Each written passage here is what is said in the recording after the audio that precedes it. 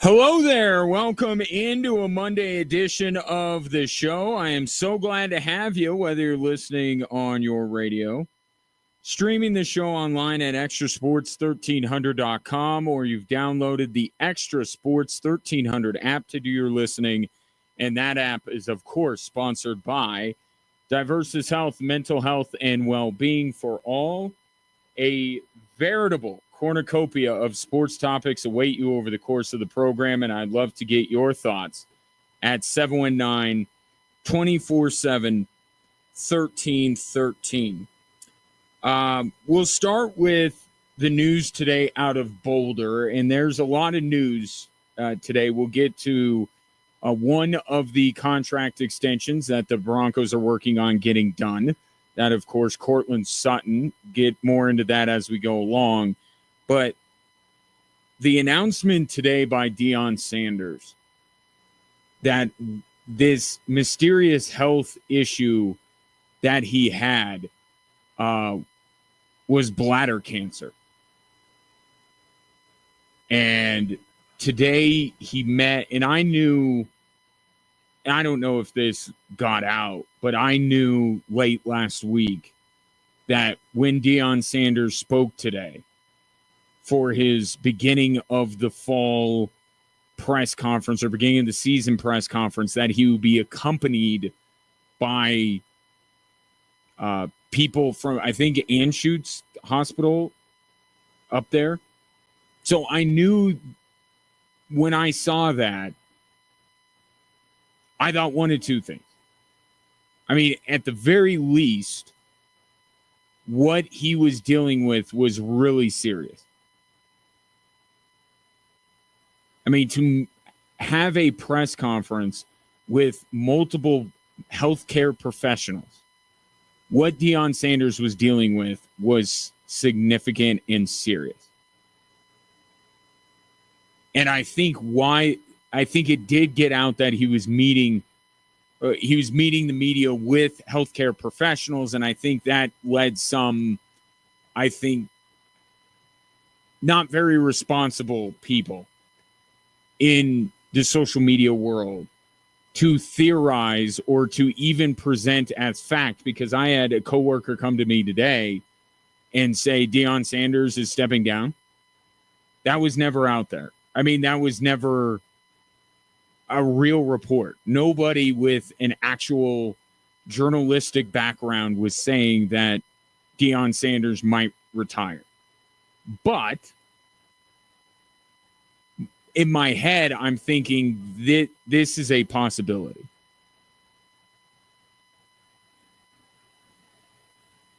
That he could be retiring. And then there were some other clips that came out over the weekend from Deion Sanders Jr.'s YouTube account and other places that said he's back. So I kind of moved off of that. But it was either going to be that what he was dealing with was so serious that he was going to have to step away. Maybe not retire, but step away from the the Colorado Buffalo. Or he beat what he had. Either way, it was going to be a serious health diagnosis. And I am glad that it turned out to be the latter, that Deion Sanders beat this thing. And from a personal standpoint, I am thrilled that Deion Sanders was able to beat this thing, because what he had was not to make it about me at all, but just to relay my emotion behind it.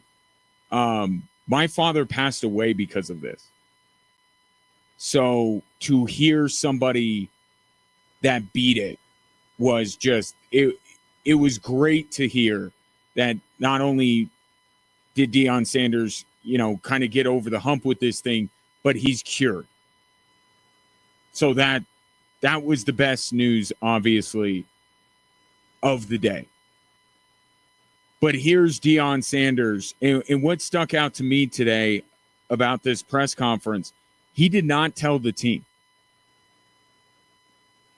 So when it's phrased as like this mysterious health issue, it was mysterious even to people in Boulder. Now, everyone in Boulder, I don't know. Does Rick George need to know this?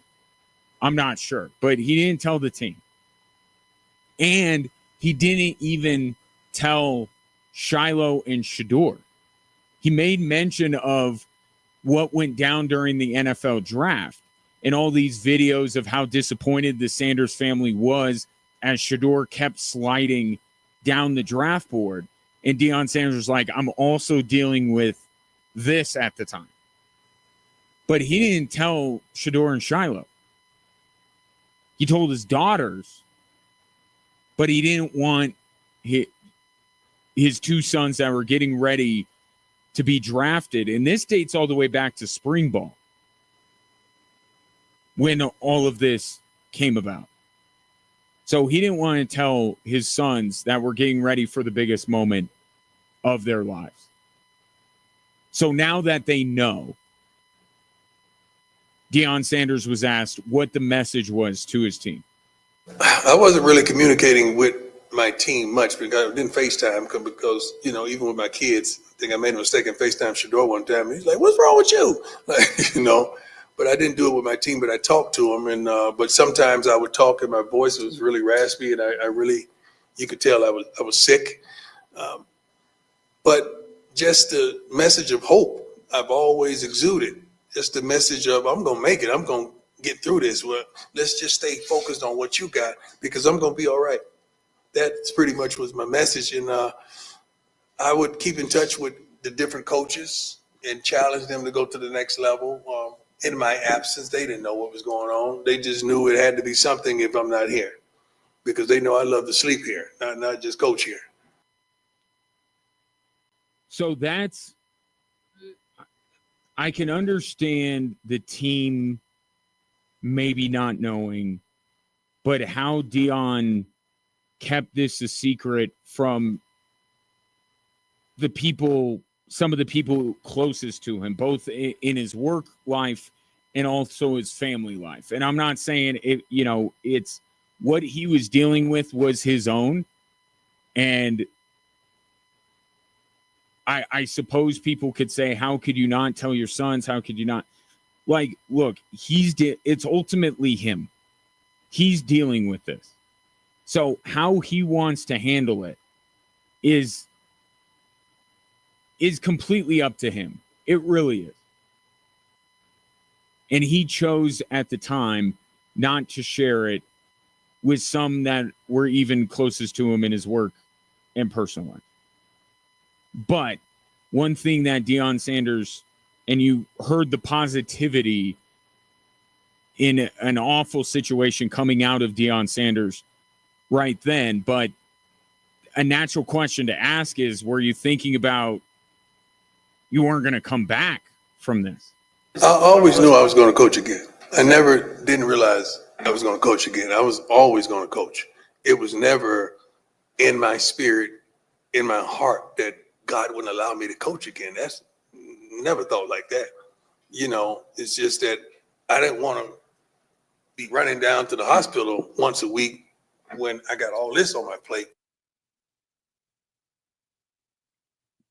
So he always knew that he was going to come back, but let's be honest here.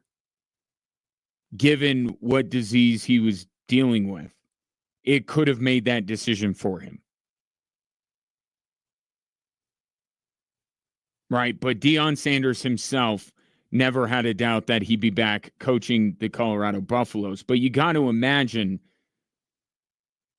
going through something like that. And I don't, like I said, my father dealt with this, but he was somebody that he didn't really talk a lot to me and my brothers about all of this, what he was thinking, what he was going through, as much as we tried to get it out of him. So I understand that Deion Sanders wasn't going around contemplating everything in his life with everybody he ran into on the street. But I got to imagine, even though I haven't been through this personally, that you start to think about where everything in your life lies in the pecking order, so to speak, right? My family, my job, where I'm living. I mean, everything. You got to imagine you're thinking about, am I prioritizing everything correctly? Am I doing everything that I want to do if things took a turn for the worst? Am I prioritizing the right things? And Mark Kisla asked a question to that, a very poignant question to Deion Sanders about contemplating where football is in his life.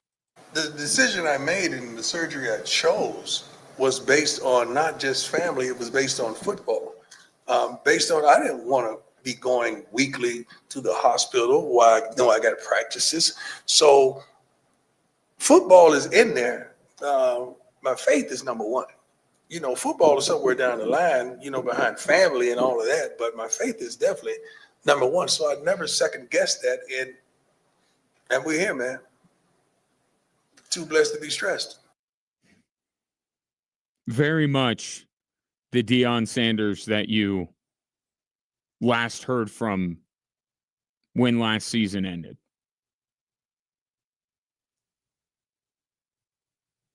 I don't think that, especially after this, I don't know that you needed this, but especially after this, I don't think there's any doubt the level of commitment that Deion Sanders has.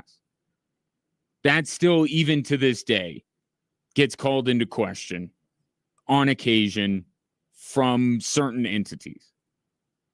I don't think you can doubt Deion Sanders' drive, his commitment to his football team, to the University of Colorado. Now, this is not a, Deion Sanders is going to be at CU forever type conversation. Okay, because things change all the time. And really what Deion Sanders seems committed to in his professional life more than anything else is coaching football. Right now, he's at Colorado. Right, but people shouldn't doubt his dedication to that. And those conversations have kind of quieted down a little bit especially after you see some success and you have to make the connection that some of the success that Colorado has had is because of Deion Sanders' commitment. So he's not grifting as a football coach. He loves it. He's dedicated to it. And if you needed a reminder, this is the best reminder that you could possibly have. But it does also bring into focus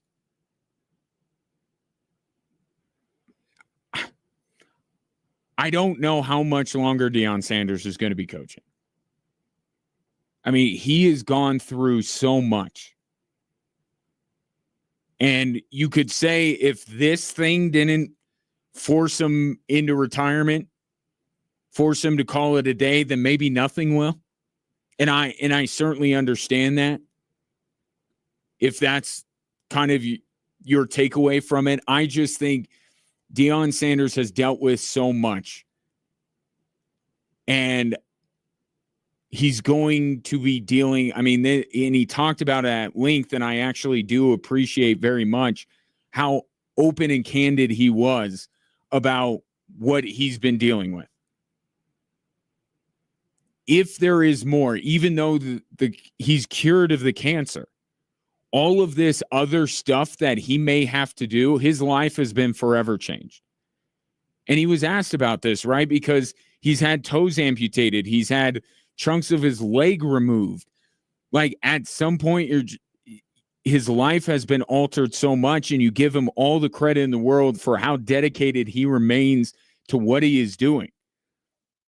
And you can't doubt his toughness, and all the praise in the world going to Deion Sanders for all of this. But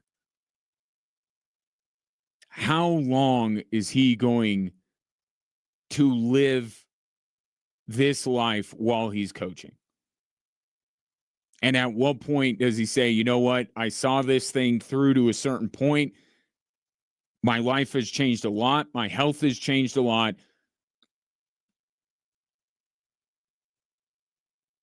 I don't have a number in mind at all. A year, 5 years, I don't know. But I don't know if it's going to be as long as everybody expects it to be, or as long as Colorado Buffaloes fans hope he will be coaching. Whatever that number is. I got to imagine. But then again, I sat and listened to Deion Sanders for a half an hour today, and the news he got and what he had to deal with, it would have crushed a lot of people. And they would have packed it in. They would have folded up shop. They would have said, this grind of a profession that I'm in, I love it, but it's not worth it. All this kind of stuff. And there Deion Sanders is sounding like the old Deion Sanders, or sounding like not even the old Deion Sanders, the Deion Sanders that we've heard since he arrived in Boulder. And doesn't seem like he's any less motivated than he was at this time last year. But kudos to Deion Sanders. Obviously, beating this thing is an absolute triumph, but I appreciated what today was about. Now, normally today would have been about a quarterback battle and expectations, and they were picked 10th in the Big 12, and it would be defiant Deion Sanders. It was defiant Deion Sanders in a different way. It was defiant Deion Sanders saying, here was another health scare, a serious one. And I didn't blink, I didn't waver, and I beat this thing too. No matter how you feel about him as a football coach, how you feel about the university or the team that he coaches, I mean, you got to have just an immense amount of respect for how Deion Sanders keeps pushing along and to have the attitude that he has. Take your thoughts, 719-247-1313. Coming up next, Cortland Sutton is going to be a Bronco beyond this year. How long and how much money is he going to make? Because inquiring minds want to know. That's next here on Extra Sports 1300.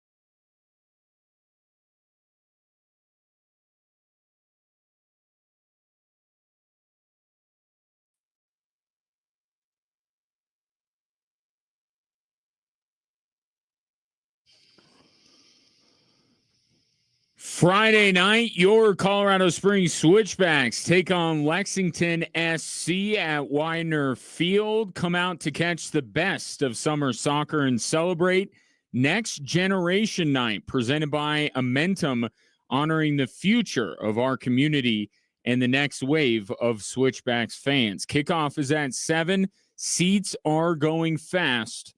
Get your tickets now at switchbacksfc.com. So going into Broncos training camp, there were 3 players that we were interested in as far as whether they would be extended by the Denver Broncos: Zach Allen, Nick Bonito, and Cortland Sutton. And Sutton is the first to get his extension, 4 years and $92 million, which, to me, I don't know about you, I saw that number 92 million. I was like, whoa. But divided by 4, it's a modest number 1 wide receiver salary. Now, number 1 wide receiver, which gets into our question of the day, which is on our social media platforms if you would like to answer there, or you could text in at 719-247-1313. Cortland Sutton is the Broncos' number 1 wide receiver. In the grand scheme of things, where does Cortland Sutton rank for you? Our question is, Cortland Sutton is a top blank receiver in the NFL. Because he's not Justin Jefferson. He's not Jamar Chase. And we probably not a CeeDee Lamb, and we can keep going down the list. But for the Denver Broncos, he is their number 1, unquestioned.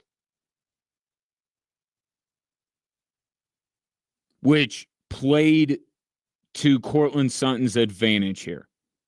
I think there are 2 things at play on why Cortland Sutton is getting a 4-year, $92 million extension. One is that none of these other guys in the wide receiver room for the Denver Broncos has emerged to say, is Marvin Mims better than Cortland Sutton? Is Devon Vele? Is Troy Franklin? Is Pat Bryant? Like, none of these guys are better than Cortland Sutton. And until one emerges, you got to hang on to Cortland Sutton. So that was working in his favor. The other thing that was working in his favor is how he has handled all of this. And that is something that Sean Payton, even though Payton, all he said today was that they were close on a deal, would not say that one is done. But you listen to Sean Payton talk and you understand that Cortland Sutton was a guy that they wanted to take care of. Not with a veteran who's like Cortland, who's real smart. I mean, here's the deal. He's been participating in all the individual, all the one-on-one. He's gotten 7-on-7 work. He's gotten team reps. He's just being smart. And so it'd be different if you felt like he was missing improvement or not being out here or just being out here riding the bike or something. So I kind of know that player well enough to feel real good about where he's at. And that was a question of, is it frustrating to be trying to get your team ready for the upcoming season and you have these like business things out there and guys maybe missing reps for that reason? Cortland Sutton has handled this as well as you could. And I'm not just talking about his contract situation, which is not just this year, right? We talked about Cortland Sutton this time last year. We've been talking about Cortland Sutton and a contract, it seems like even longer than that. There has been no point where Cortland Sutton has really held out. Like, he hasn't, to compare it to Terry McLaurin in Washington. And I don't think Terry McLaurin is doing anything wrong, by the way. it's crazy to me that the Commanders haven't written him almost a blank check. Like, seriously, you got all of this momentum going into the next season. Clearly, Terry McLaurin is vitally important to what you do, and you're going to mess around like this. So I don't quite understand what's going on. But McLaurin showed up. Right? Is he holding in or whatever? But he's been showing up. Courtland Sutton has showed up at every juncture that he's been asked to show up for. He's never been one to even voice his disappointment with the fact that he doesn't have a longer-term contract. And by the way, he has been a great member of the Denver Broncos and a great teammate, which it's easy to not be if you feel like you are not being justly rewarded for what you have given. And Courtland Sutton can certainly feel that way. The Broncos have kind of dragged their feet a little bit. And I think the reason is they're kind of waiting for one of these other guys to emerge. I don't know that they are enamored with Courtland Sutton, the wide receiver, because I think they know that he's not an elite wide receiver. And I think they in some way feel like they can get somebody to approximate what Courtland Sutton does out of the rest of this group. But to my earlier point, no one has done it yet. There's not a single guy in that wide receiver room that you could say, take Courtland Sutton off the team and you could just move his stats to one of these other guys. That day is coming. I think the Broncos hope anyway. They hope that one of these guys emerges. But Courtland Sutton, I'm sure, as he should, has a higher opinion of himself as a wide receiver than maybe I do. And I think he can look at his production. He can look at the fact that he came back from a serious injury and was productive, and he's the best they got at the wide receiver position. And I would imagine at times he's had to fight the urge to be like, they don't appreciate me. But if he's ever had that moment, it hasn't manifested itself to you and I. I haven't heard Courtland Sutton say anything even hinting at that. And listening to Sean Payton, it seems clear to me that he hasn't intimated that with Sean Payton. Probably for the best, because Sean Payton, the fuse can be, it's a short one and it could be lit quickly. Somebody, to my point, the viral clip of the weekend is somebody asking Sean Payton about the reports that Bo Nix visited Drew Brees, and Sean Payton just out of nowhere went off on the guy and said it wasn't reported. I said it 3 days ago, and then goes on a thing about internet shows. And so you know how Sean Payton is. I think it is in Courtland Sutton's best interest to be a great teammate, to be the consummate professional. And I've said that Courtland Sutton isn't, I just said this last week. Courtland Sutton is not the level of receiver that, to me, is entitled to holding out. He is not in that echelon. There's somebody in Washington, Terry McLaurin, who is on that echelon. Courtland Sutton's not there. But I can say all that and still give him credit, because you've seen athletes who have an inflated sense of who they are get themselves into trouble and overplay their hand. And Courtland Sutton, even though I'm sure he believes he's a legitimate number one wide receiver in the NFL, that maybe he feels like he's elite, certainly he can look around the Denver Broncos and say, I'm the best they got. But not once has he allowed that to affect his behavior, his mood, how he interacts with his teammates, clearly how he interacts with his head coach. So that's the other half of this on why Courtland Sutton's getting a 4-year, $92 million extension. You want to take, if you're an organization, and the Broncos haven't always had the best reputation of an organization that takes care of their guys. Courtland Sutton is an easy, and I believe I said this when they signed him to the last deal. Courtland Sutton's an easy win. It's an easy win. Nobody dislikes Courtland Sutton. His teammates like him. He's a leader on that team. We can poke holes in who he is as a receiver, but he's an easy win. Easy win. Nobody is going to say, oh, Courtland Sutton doesn't deserve an extension. I think there are people that believe in Courtland Sutton more than I do, and I'm still saying that Courtland Sutton deserves an extension. He's an easy guy to take care of, and when you do that, it doesn't just make him happy, it makes other people on the team happy, and people around the league notice. Right? When the Broncos, as you've seen, even though they supposedly did Russell Wilson dirty, that was the conversation coming out of it. Yet here comes Talanoa Hufanga, here comes Dre Greenlaw.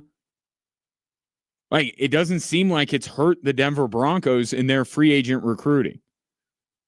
Well, signing a guy like Courtland Sutton that is so well liked, it helps you get those free agents coming from other organizations. So like it was the last time the Broncos signed Courtland Sutton to a deal, this is an easy win for the organization to have. Once all the details are out, I will almost guarantee that this is really a 2-year contract, meaning the third and fourth year, the Broncos can easily get out of it.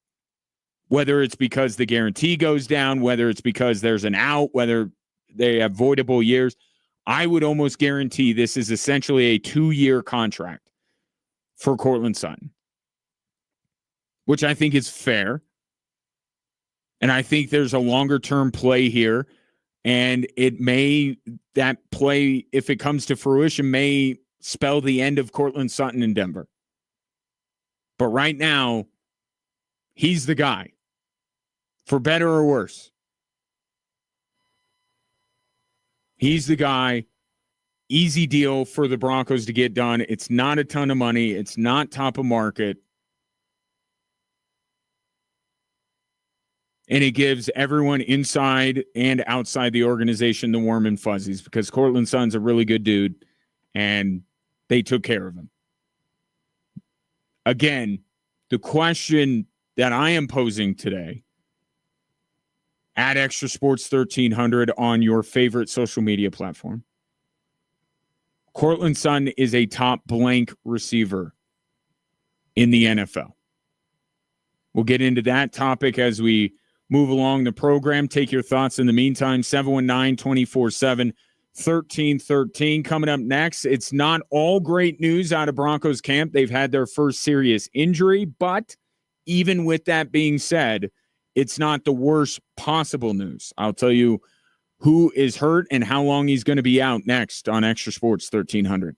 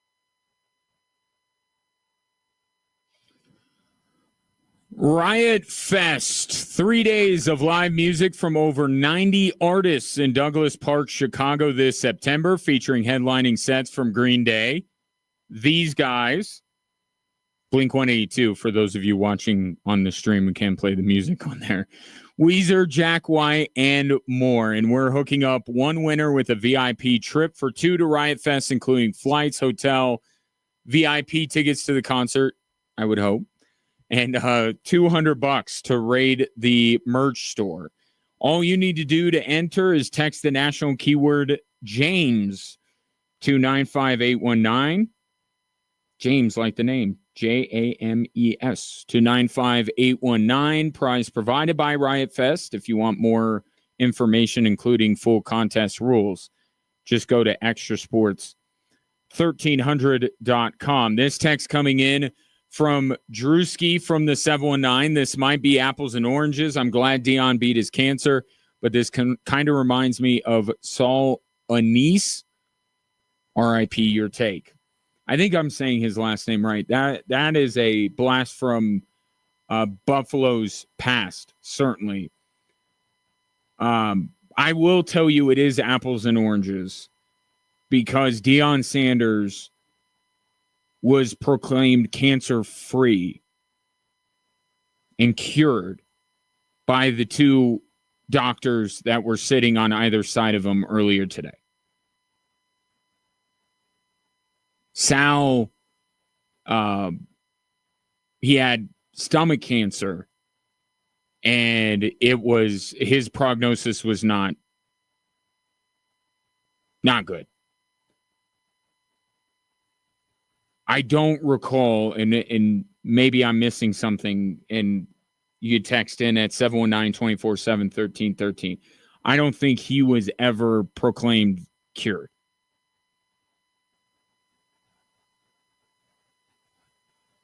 As Deion Sanders is being proclaimed. So, but Drewski, your point is well taken because many of us have been touched by this disease in one form or another in our lives. And there is always, no matter what the diagnosis is, no matter what the prognosis is, you're never fully, like, it never leaves your mind. Right? The possibility that something could happen, how to affect his other organs and all that kind of stuff. So I get it.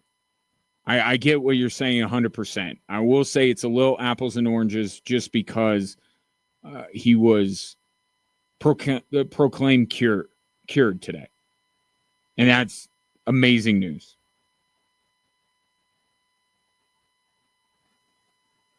We'll talk about the football side of Deion Sanders and his team coming up next hour because the Big 12 released their media poll. But in the meantime,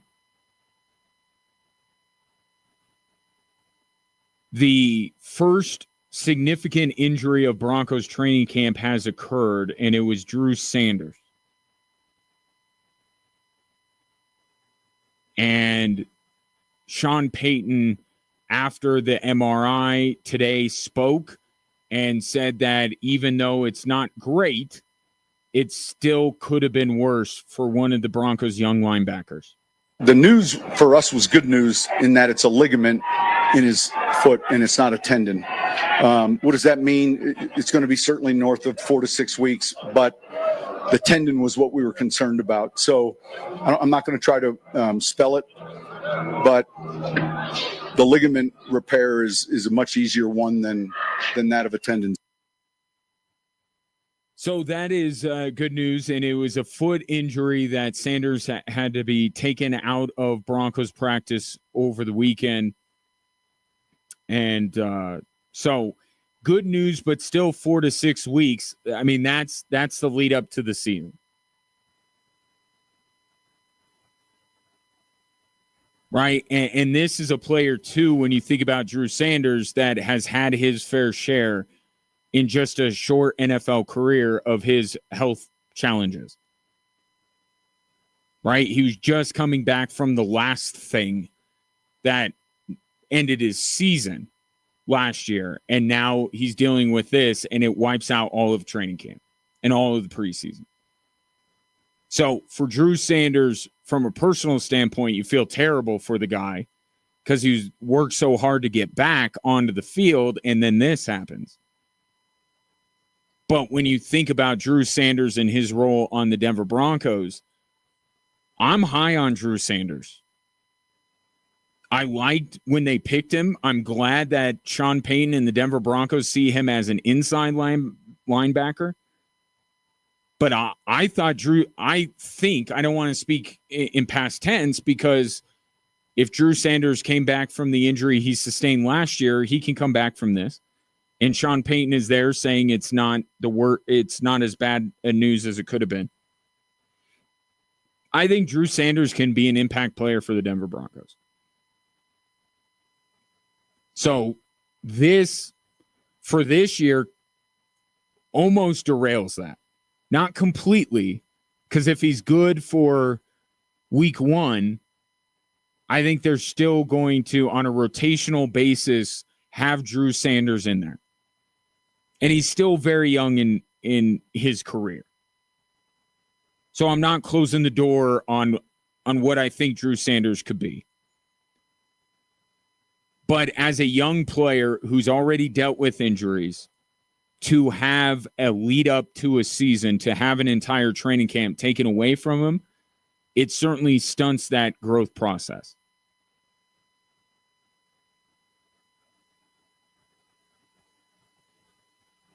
The other part of this, as far as Sanders' role is, the way I envisioned it was Sanders gets on the field more and more and more.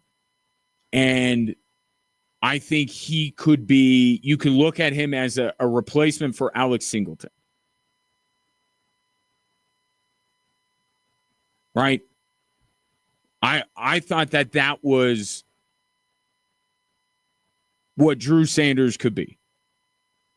But he'd have to grow into that, because right now, if you're wondering about the starting defense, Drew Sanders is not a starter. It's Singleton and it's Dre Greenlaw. But I thought Sanders could get in there, and I think long-term he could be the guy in there over an Alex Singleton, who is not a player that I think that the Broncos are going to spend a lot of money to retain. I know he picks up a lot of tackles, and that, one of the few stats that we keep track of when it comes to somebody at that position, when you see Alex Singleton have as many tackles as he does, you say, oh, you got cute. You don't have to. You can get somebody to fill that role, and I thought that Drew Sanders was that guy.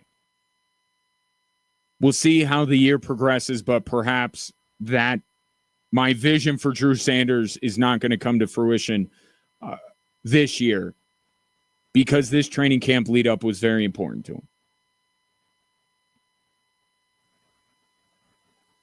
But Drew Sanders out 4 to 6 weeks, maybe a skosh longer. I think Peyton left that wiggle room in there. It might be a little bit longer with this tendon injury. Now, as far as that position group goes, whether it's Drew Sanders, whether it's Alex Singleton, the guy that's most important in that room is Dre Greenlaw.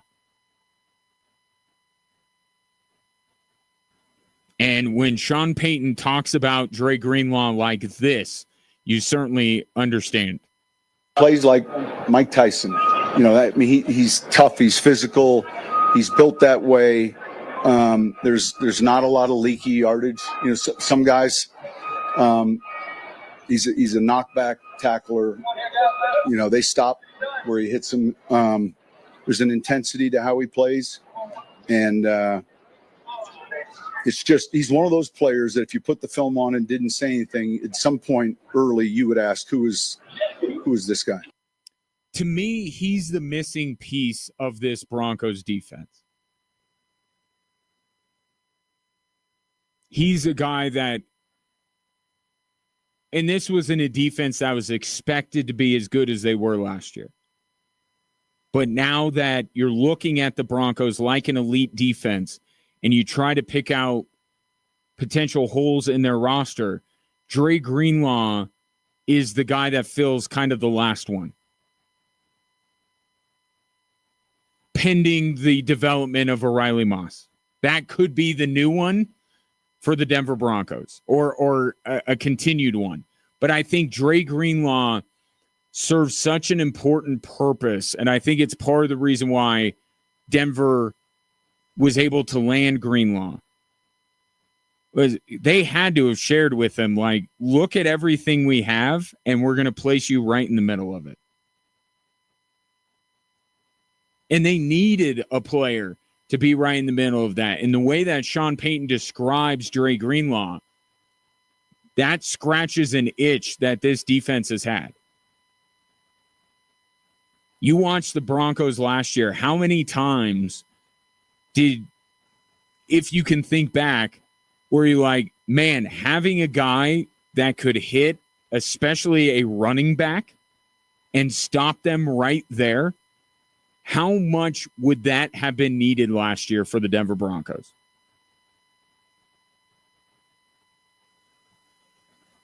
The Broncos against the run and running the football, it was a little bit of a problem at times. And for Dre Greenlaw to be a guy that can shoot the gap and try to stop a running back before they get to the second level, or be that kind of second level to stop and keep what is, a 3 or 4 yard gain from becoming a 6 or 7 yard gain. So the addition of Dre Greenlaw, I think, in the NFL is one of the more significant free agent signings, because I think it's exactly what the Denver Broncos, one of the things that the Denver Broncos needed. Now, with Dre Greenlaw, there's a reason why the 49ers don't have him anymore. It would be easy to point to Brock Purdy's contract, and I'm not saying that has nothing to do with it. But you remember Dre Greenlaw in the Super Bowl, that freak injury that he sustained. Greenlaw and Hufanga, both of these former Niners that are now in the Broncos, have injury question marks. If Dre Greenlaw is on the field, he is what takes the Broncos from a very good defense to arguably the best in the NFL. But he has to stay healthy, and that's part of the conversation and part of the reason why he's a Denver Bronco and not still a 49er, at least in part. 719-247-1313. We got more Broncos coming up after the top of the hour, because Bo Nix said something that I don't think I have heard a Broncos quarterback say in a very, very long time. I'll tell you what it is next on Extra Sports 1300.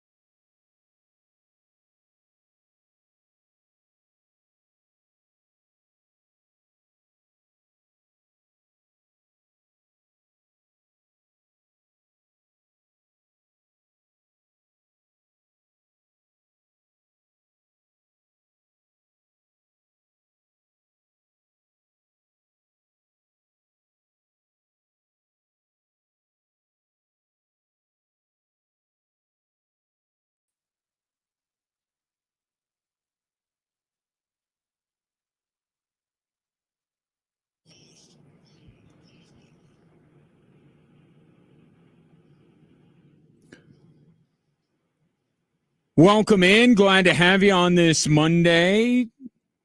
Appreciate you watching the show on X, Instagram, YouTube, Facebook, at XTRA Sports 1300. You can interact with the show right there if you so choose. We also have a question of the day up there that I would be very interested to get your response to. Today, Cortland Sutton signed a 4-year, $92 million extension with the Denver Broncos. And the question, Cortland Sutton is a top blank receiver in the NFL. Top 1, top 5, top 50?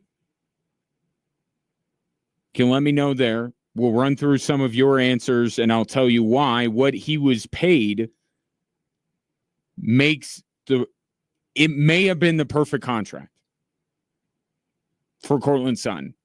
I'll elaborate later. In the meantime, let's talk about the guy that's throwing him the football. You know where the Denver Broncos have been recently when it comes to quarterbacks.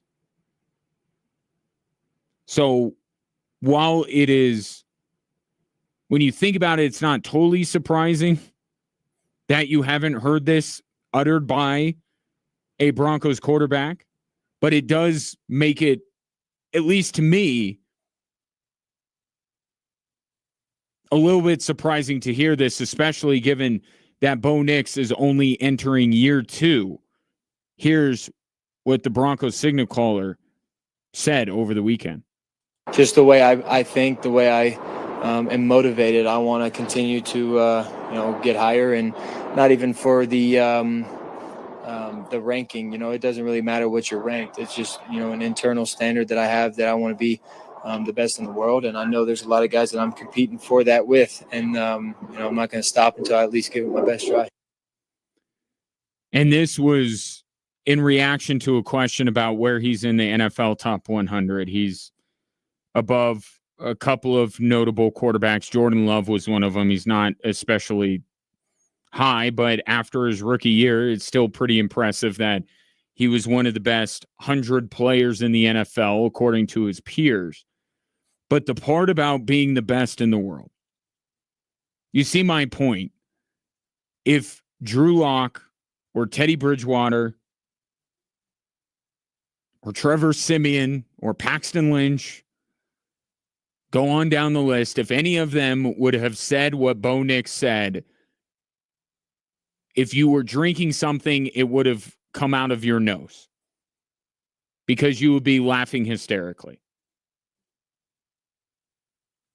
With Bo Nix, it's surprising.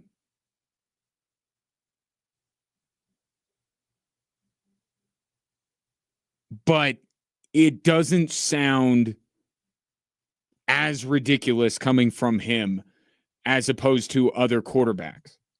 And I think the reason is because he actually, and albeit 1 year, I understand that as well as anybody. It's 1 year, but it was a productive first year. And I think it's not disingenuous. He's not saying that because that's just what you're supposed to say. So I think more than any belief that Bo Nix is on his way to becoming the best quarterback in the world, it just, when Bo Nix says it, you're like, that's really what he's striving for. That's really what he thinks he can be. With some of these other previous quarterbacks, it would have sounded very disingenuous. It would have sounded very weird. With Bo Nix, it doesn't. Because one thing you know about Bo Nix is he is all about football.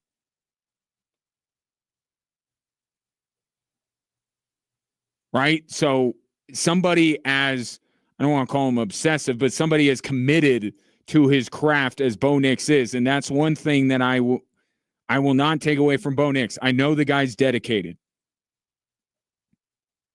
Unlike some of his predecessors, where I questioned how much they were dedicated to their craft.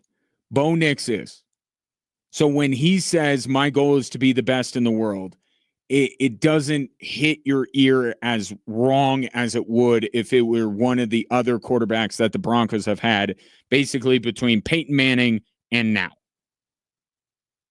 Wouldn't have been weird if Peyton Manning said it.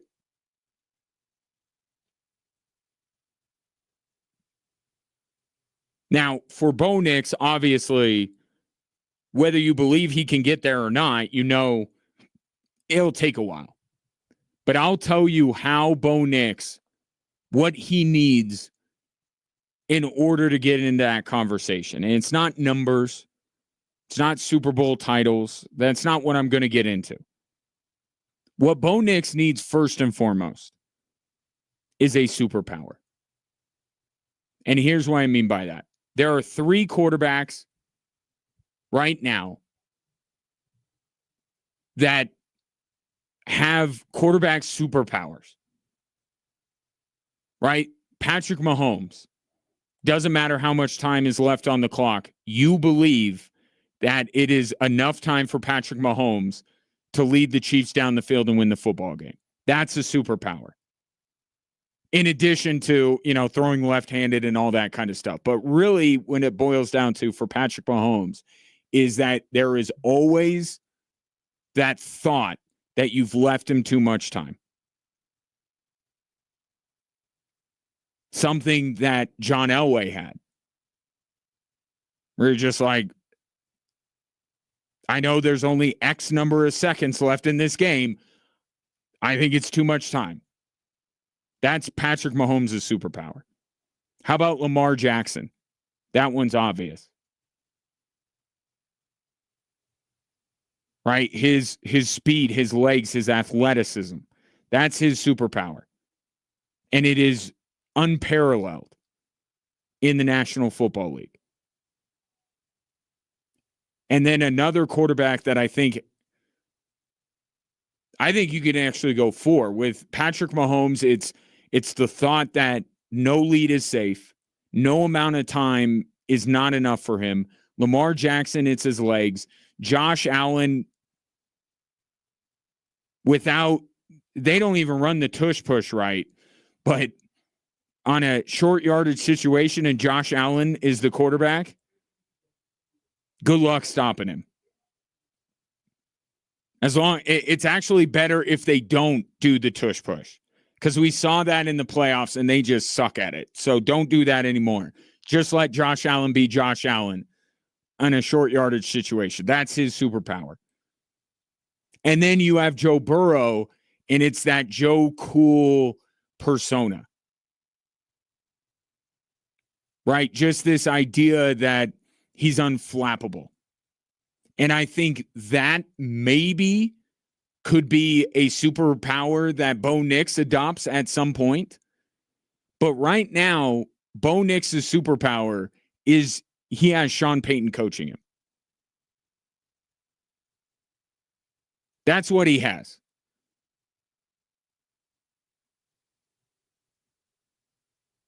The greatest strength of Bo Nix is that he has one of the brightest offensive minds in the NFL behind him and pulling the strings. And it goes into what the next year and especially the next 2 years are going to be for Bo Nix. Because even though Patrick Mahomes has Andy Reid, you would still feel the same way about Mahomes if he was being coached by anybody. Because that's Patrick Mahomes' superpower. That no lead is safe, that no amount of time is too little for him to lead the Chiefs down the field.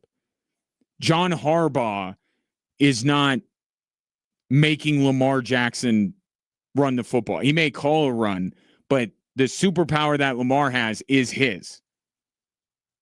And he would have it regardless of who his head coach is. Josh Allen does superhuman quarterback stuff despite he's actually the best example because he has a coach that at least half of the time I'm wondering is like sabotaging him. And Zach Taylor's a fine head coach, but you give Joe Burrow the credit for what Joe Burrow is. If those are the 4 quarterbacks that are in that top tier, the 4 that are discussed when we have a conversation about the best in the league, best in the world, it's really those 4 guys. I say Mahomes has a fair amount of separation from the other 3, but all 4 have been in the conversation at one point or another. With Bo Nix, the place you keep going back to is he's got Sean Payton. That's not a superpower. And at some point, Bo Nix is going to have to kind of not break away from Sean Payton, not go against what Sean Payton says, but at some point, you're going to have to see Bo Nix win the Denver Broncos games, and the sentence ends with Bo Nix did X. Because right now, so much of the conversation, and for good reason, he was a rookie. You don't think that Sean Payton was very meticulous in his planning and setting Bo Nix up for success? This is not like people take it as this big slight on Bo Nix. It's not. He's a rookie. I know you look at the guy in Washington and he's starting to develop some superpowers, and I don't know how much credit you give Dan Quinn for that. So he's not Jaden Daniels. If that's the standard you're going to hold him to, you're going to be very disappointed in Bo Nix's career because he's just a different quarterback. He's not like Jaden Daniels. But that doesn't mean that Bo Nix can't find his own superpower. But it has to be independent of Sean Payton. It has to be something that he brings to the table that you look at and you say, that was all him. Because you do that with Lamar. You do that with Josh Allen. You do that with Joe Burrow. You do that with Mahomes. And I would even argue that the list stops with those 4 guys. Rank them however you want. But every other quarterback in the league, except maybe Jaden Daniels. But again, it's just 1 year for him too, so we'll see. But every other quarterback, Trevor Lawrence, Dak, Jalen Hurts, go on down the list. You may like some of them more than others, but none of them do you really separate.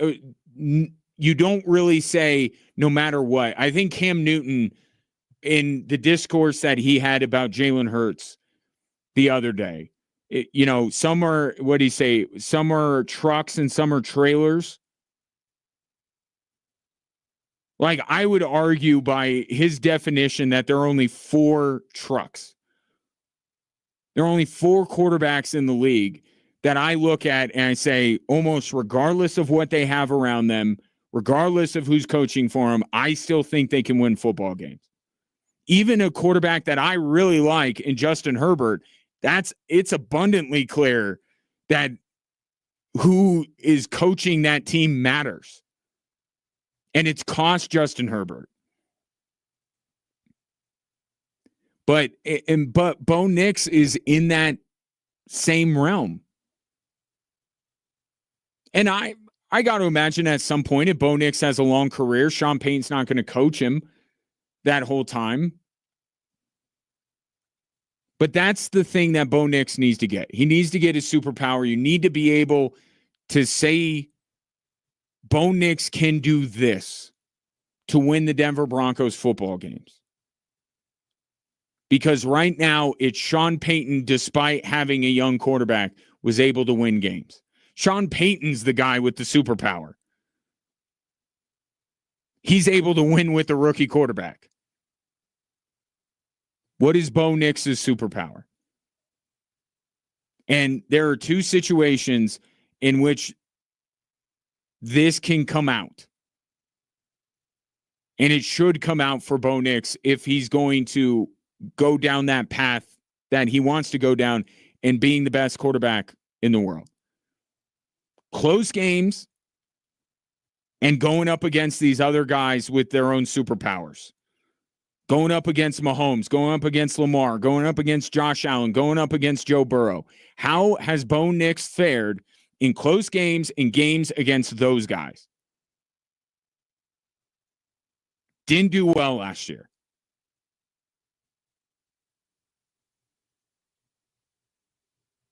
So I'm not saying anything about whether Bo Nix can become that. I'm just saying what he needs to become that. He needs something that you look at him and you say, this is what he has that defenses can't deal with.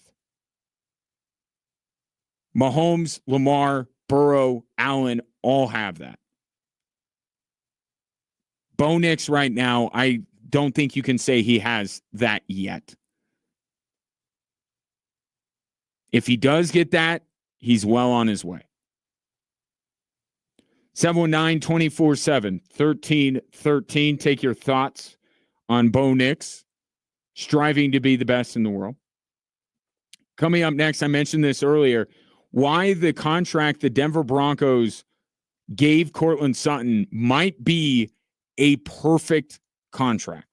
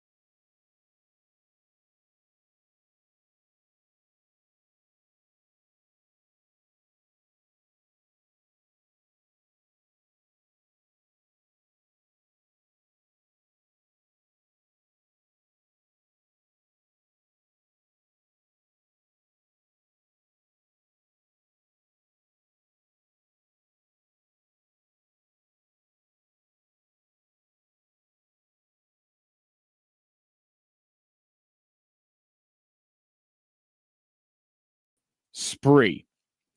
Want to get to this text because I very much appreciate this from Tucker. First of all, Tucker, it's great to hear from you. Great to know you're still out there and tuning into the show.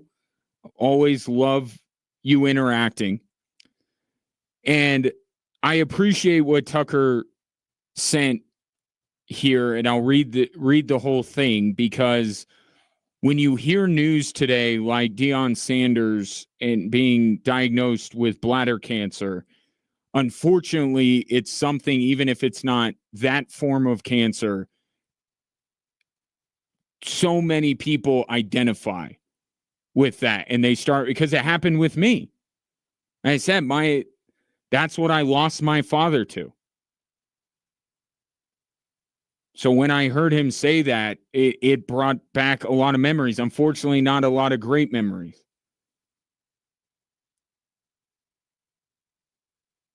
But cancer is something that unfortunately touches so many people's lives. And Tucker's as well. He says, I'm extremely happy for Deion and his remarkable cancer-free diagnosis. My wife was not as fortunate. She passed on April 23rd, only weighed 55 pounds. She also had COPD and was unable to get any treatment for cancer based on her condition. She was in home hospice for 9 months. We were married almost 32 years. Now, I will tell you, it's been extremely difficult being without her. I'm grateful God let me be the one to take care of her until the end, not looking for sympathy. Just wanted you to know why I've been silent and not tormenting you. Thanks, Tucker. I hope it was okay, Tucker, that I read that on air. I did not see you say that it wasn't for air. So I hope that's okay. My thoughts are with you, man. Like, that's awful. It's awful. And I'm sorry that you had to go through that.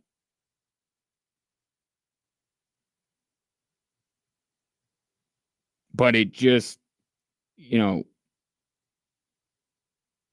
I appreciate you sharing that, because you know what? When a high-profile figure like Deion Sanders shares his story, it invites other people to talk, and it's not going to change anything for anybody.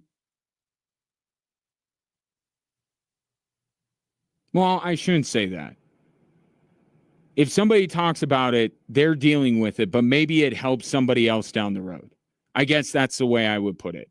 For example, one of Deion's big messages today, and guys, we need to hear this all the time, because no matter what happens, we still do this crap, and I am as guilty as you are. One of Deion's big messages today was get screened, get a checkup, go in. You never know. Deion Sanders said he wasn't. The doctor that was by his side today said that they were testing him for his vascular stuff. They weren't even looking for this, but it came up because he was getting checked out. And because we are so stubborn, we need to be constantly beaten over the head with this stuff. But let this be another thing. Go get checked out. Your regular checkups, go to them. And Deion said if it hadn't been for this, and I don't know that Deion Sanders, if not for his other health concerns, would be somebody that would regularly go in for checkups. I don't know that. But he does have to, because of the other things he's dealt with, and it saved his life. So that's part of the benefit of being able to talk about this and people sharing it. Like, if it's Tucker's story, which just, when I first read that during the break, Tucker, I felt for you, man. I really did. Like, it is so gutting. But it's that, or you hear Deion Sanders' story that because he caught it early, he was able to beat it, either way, if it motivates people, and again, I'll single out dudes because we're the worst at this, to go get checked up, to make sure we're up on that, and maybe, knock on wood, everything is clear. But if it's not, then maybe you could end up having a similar story to Deion Sanders and not the alternative. So, again, I don't want to make the whole show about this, and it's hard to transition back and forth, but I legitimately appreciate your text, Tucker, and I appreciate the message that Deion Sanders was sharing today. And it's okay. We could do both. We could talk about silly sports stuff and then also talk about very important real life stuff and be able to move back and forth between the two.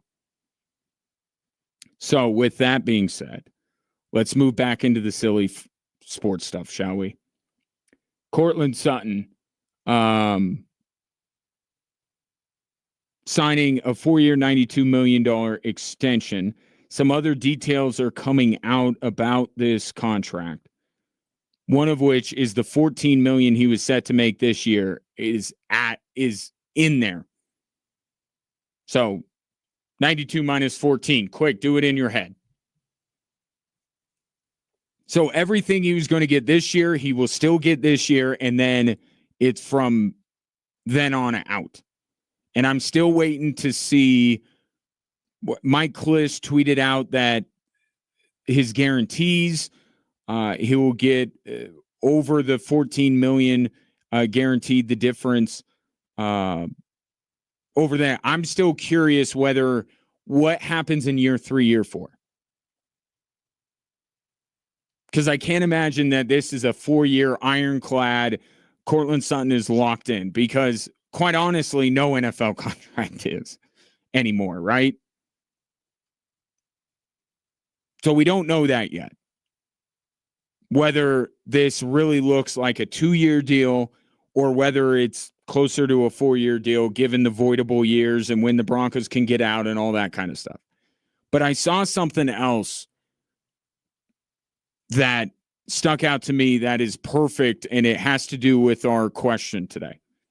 Our question today, Courtland Sutton is a top blank receiver in the NFL.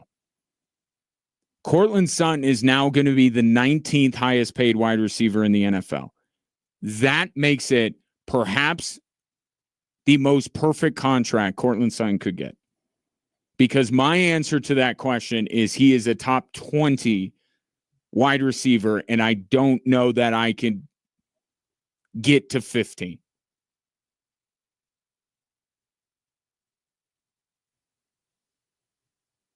I don't know that I can. The 19th highest paid wide receiver in the NFL is Courtland Sutton. He might be the 19th best wide receiver in the NFL. So I think the Broncos and George Paton did a bang-up job of paying fair market value for Courtland Sutton with this extension.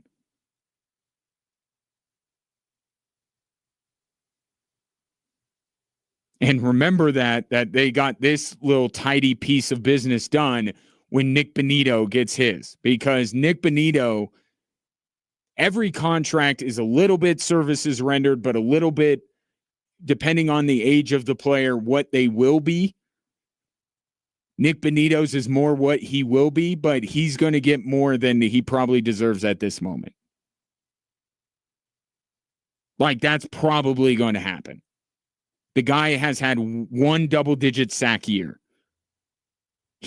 But because he's a pass rusher, because his contract is up after this year, he is going to get an extension, a very lucrative one, where you look and you're like, I don't know if Nick Bonito is worth that. What he's been, he won't be.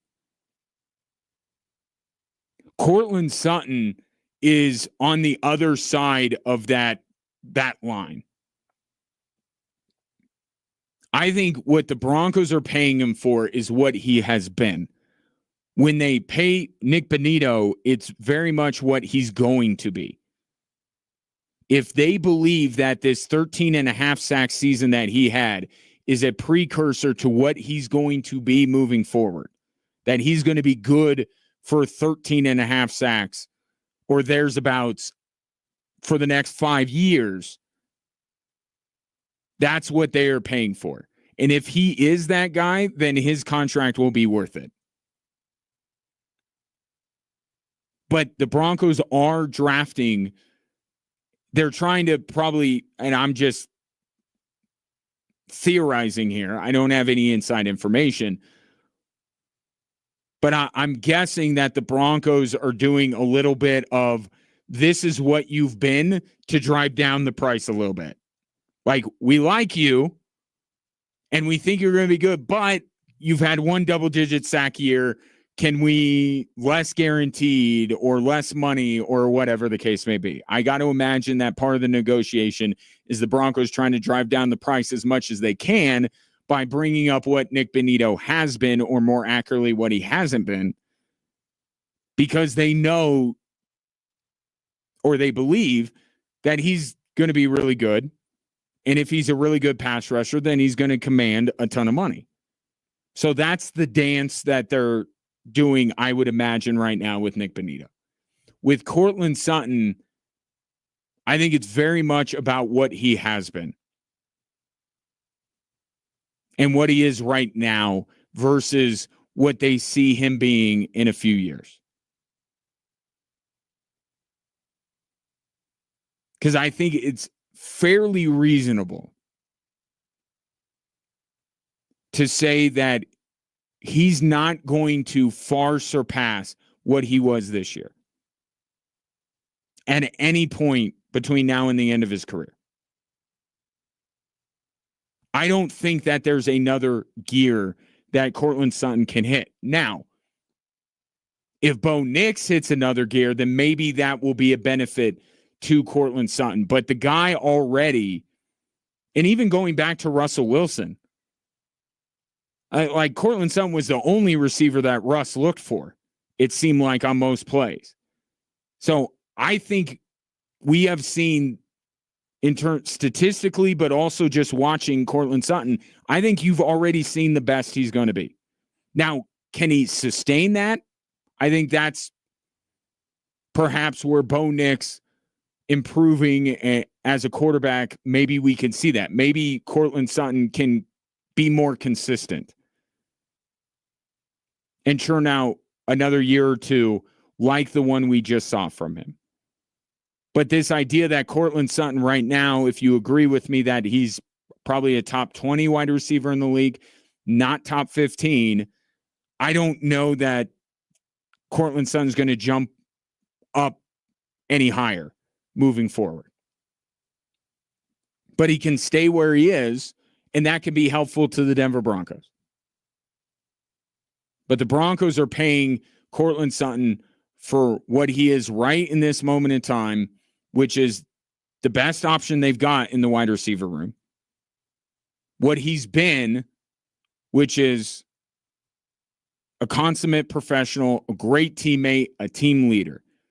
They're paying him for what he is and what he has been.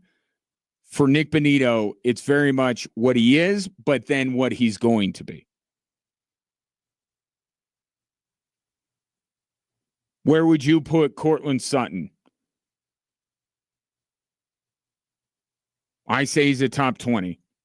And the fact that he's the 19th highest paid wide receiver, one, kudos to the Denver Broncos for not overpaying, and two, might be the perfect valuation for Courtland Sutton. Take your thoughts, 719-247-1313. More Drive Time Sports after this.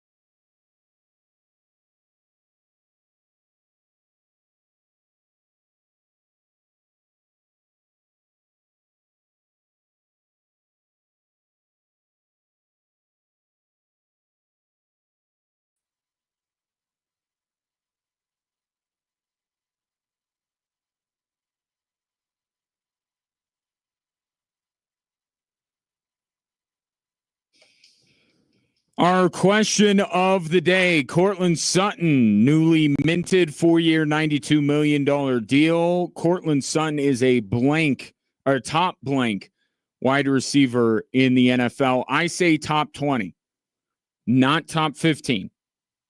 Take your thoughts, 719-247-1313. This text came in from the 719. NFL contracts need to be guaranteed 100 emoji. They never will be.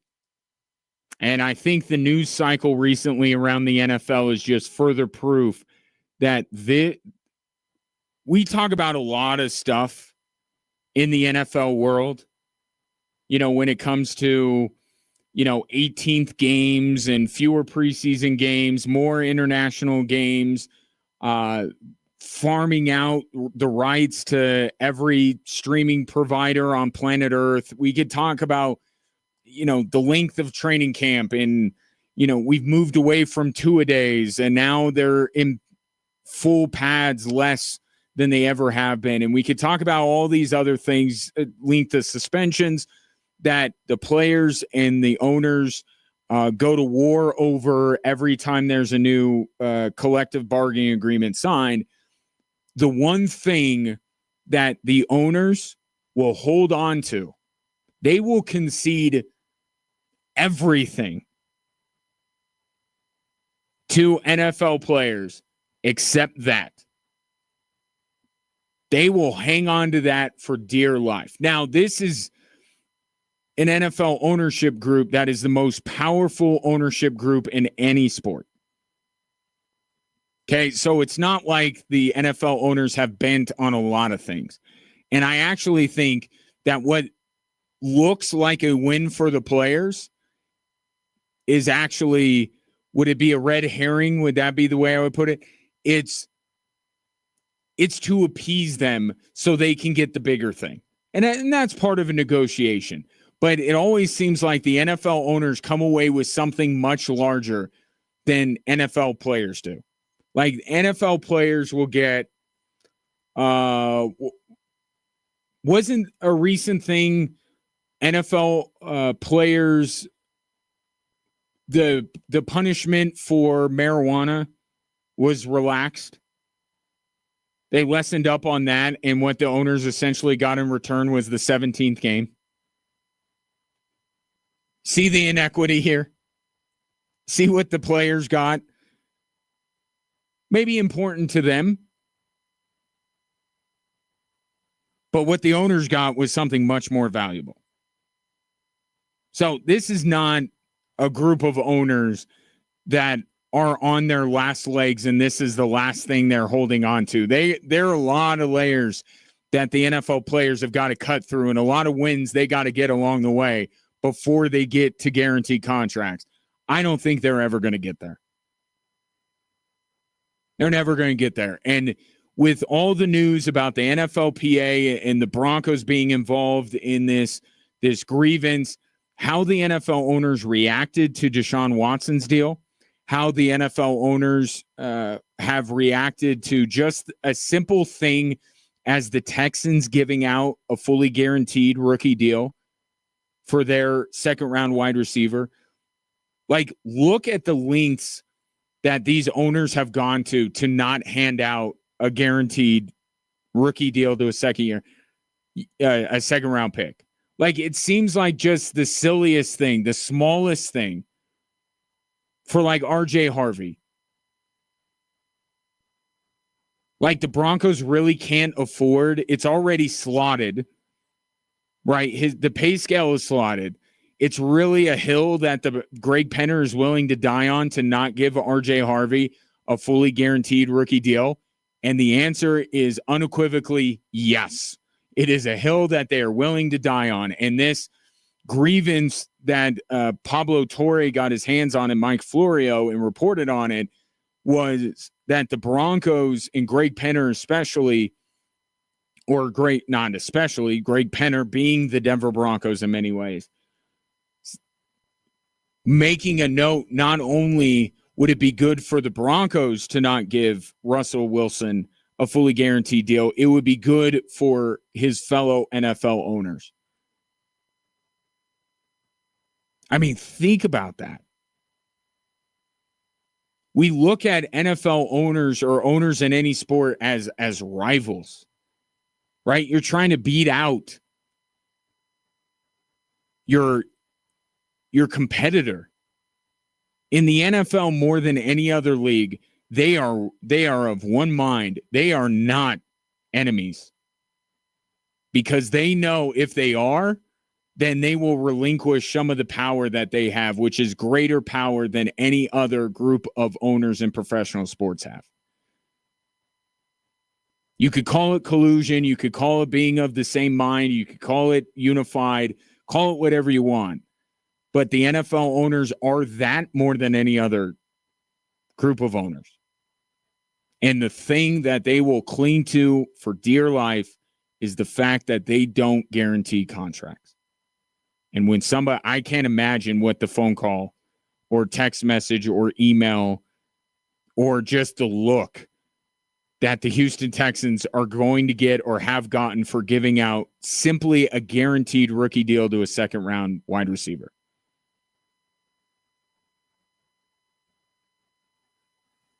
They are not going to be welcome at the next NFL owner, scramble. And I can't imagine what they think of Jimmy Haslam for signing off on Deshaun Watson getting that fully guaranteed contract. He was in, no pun intended, given that we're talking about the Cleveland Browns. He was probably in the doghouse to the nth degree with his fellow NFL owners. They will never, in my life, I'll at least speak for my lifetime, we'll never see NFL fully guaranteed contract. And I don't know if anybody's lifetime will see fully guaranteed NFL contracts. Now, your sentiment is, I think, the right one, but it's kind of the very reason why you feel that way, and you're right in feeling that way for the players, is exactly why the owners will never go for it. And what I mean by that is, I'm making an assumption, so correct me if I'm wrong, but the assumption is you're very much looking at it through the lens of the players and saying they deserve guaranteed contracts. And I would imagine, if I may be so bold as to make another assumption about your text,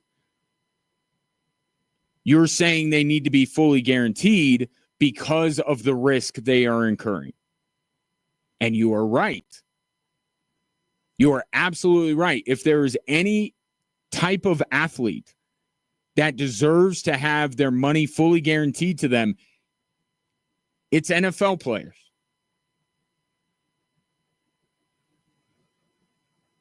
Like, what I know, I don't want to, there are some significant injuries in the NBA, but let's call soft tissue injuries are not the type of injuries compared to what NFL players can sustain, to where you go, oh, NBA players deserve guaranteed contracts more than NFL players. Maybe you feel like both deserve guaranteed contracts. But to me, no group of athletes deserve fully guaranteed contracts more than NFL players. You're 100% right. But the way the NFL owners think, they'll look at that text and they'll say absolutely not, for the exact same reason. They'll say absolutely not because we're taking on too much risk. How long is the average NFL career? Was it 3 years? Sometimes I hear 5, sometimes I hear 3, sometimes I hear 1 training camp. Like, it changes, I think, from year to year. But it's not long. Not when you compare it to baseball, not when you compare it to the NHL or the NBA. And they'll say, how can we guarantee somebody a 7-year contract or even a 5-year contract when the average NFL career goes 3 years? We'd be insane to fully guarantee even a 5-year contract based on that statistic. So it all depends on which side of the aisle you fall on. Which I'm almost always on the side of the players. And they do more than any other union of athletes deserve fully guaranteed contracts. But they'll never get it for the exact same reason. They are incurring a lot of risk, and if they get guaranteed contracts, that risk would be shifted over to the owners, and that is something that Greg Penner, Jerry Jones, and on down the list are just not willing to do. And you can call it ruthless, you can call it heartless. There's a reason why they have gotten to where they have gotten. There's a reason why their franchises are valued at, where are we at now? $5 billion?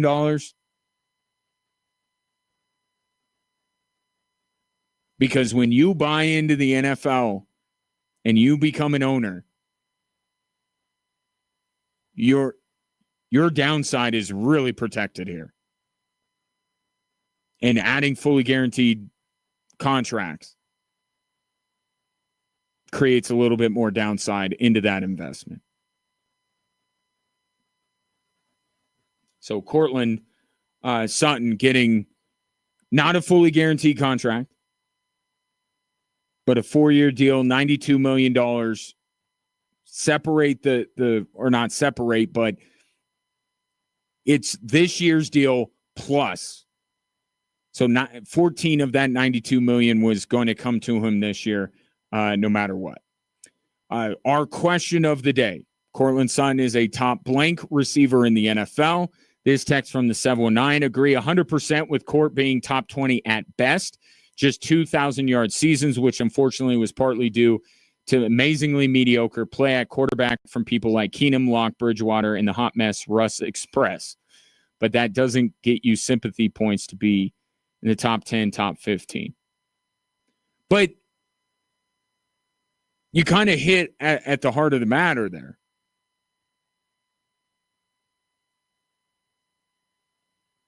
Wide receiver generally is a very quarterback-dependent position.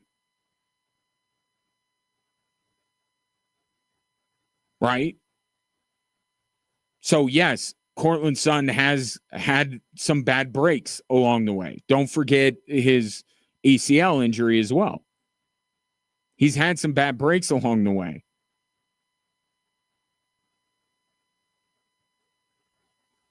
But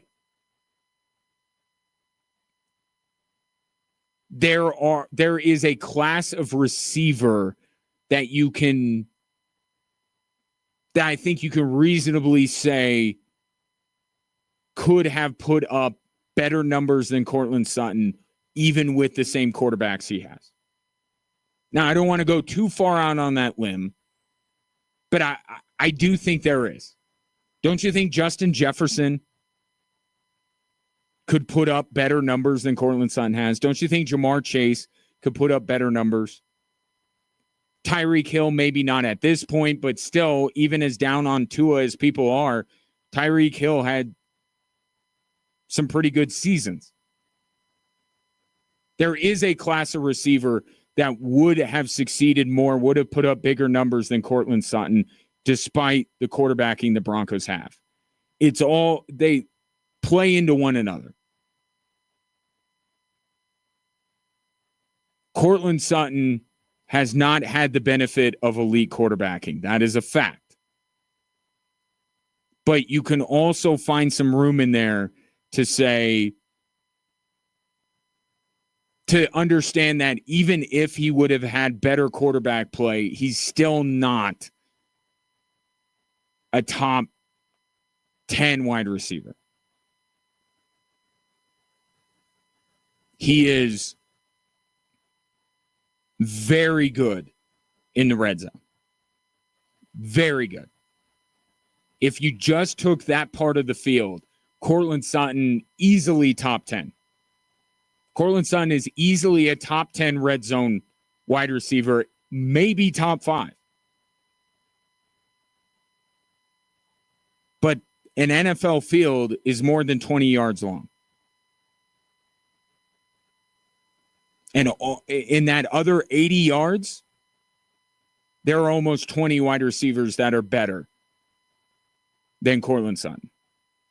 In fact, I'll put it this way. Cortland Sutton, if it wasn't for his red zone exploits, wouldn't even be in the top 20. But the fact of the matter is the Broncos need him. They need him. They don't have anyone else in that room that you can reasonably forget the, Pat Bryant looks like a beast nonsense. I'll refer you to J.J. Watt's tweet over the weekend about training camp and what stock we put in training camp numbers and practices and things like that. They don't have anyone else that you can fully, even Marvin Mims you like, but you know that there's a number there where you can't go past that threshold with Marvin Mims. Like he's a poor man's Percy Harvin, which is great to have. It makes your offense more dynamic. It makes you like Marvin Mims, but that's a different kind of receiver than a go-to wide receiver. The Broncos don't have one. But I promise you, if Devon Vele emerges, if Troy Franklin, if Pat Bryant, if one of them emerges in the next couple of years, they will replace Cortland Sutton. But right now, they don't have another option. 719-24-7. 1313. We'll hit the three stories that are driving the show right after this.